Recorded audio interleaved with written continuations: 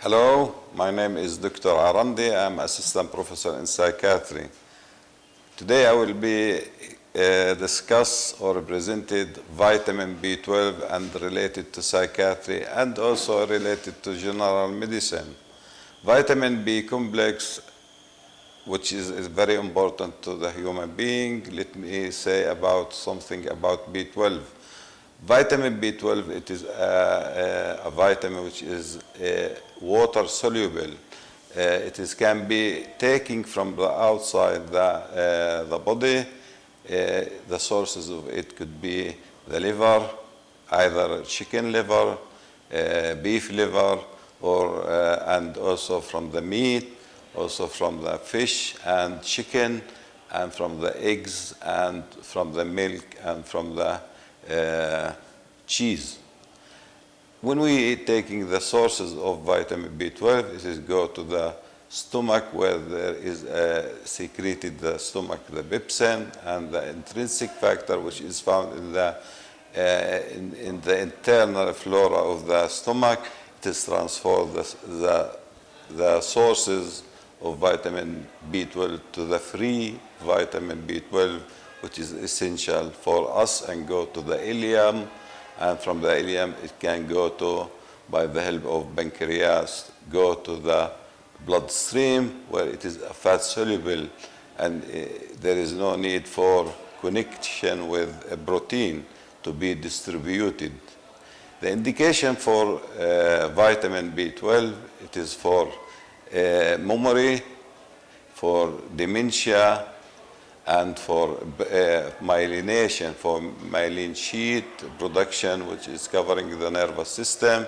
It is also for pernicious indication for pernicious anemia, and for to improving the red blood cell count, and also for the improving the immune system in the body, because also it can help for DNA reduplication, for regeneration or multiplication of the somatic or body cells. In psychiatry, we can use it accompanied with in cases of depression, in cases of schizophrenia, in cases of an anxiety disorder, and especially in dementia. The benefit of B12, if we discover it, we can treat the dementia. So it is remediable. The dementia is remediable if we found that the cause is B12. This is important why we should discover the deficiency of B12. Before we can detect it from the clinical picture and from the examination of the blood test. Before that, we should stop from taking vitamins, B12 or water for a 12-hour or more.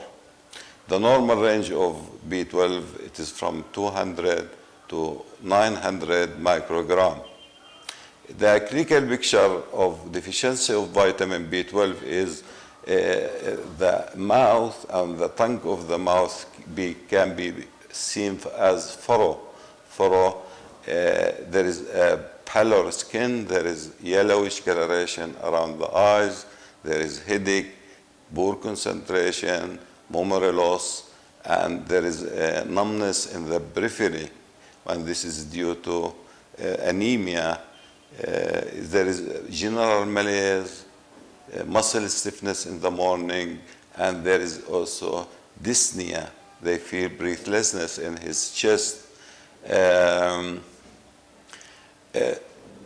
How do we treat these cases? Actually, vitamin B12 could be supplied from the outside, and there is a sublingual tablet, and there is oral tablet, and there is as a stiffness, and the nose drops, and there is injection could be used as intravenous or intramuscular injection.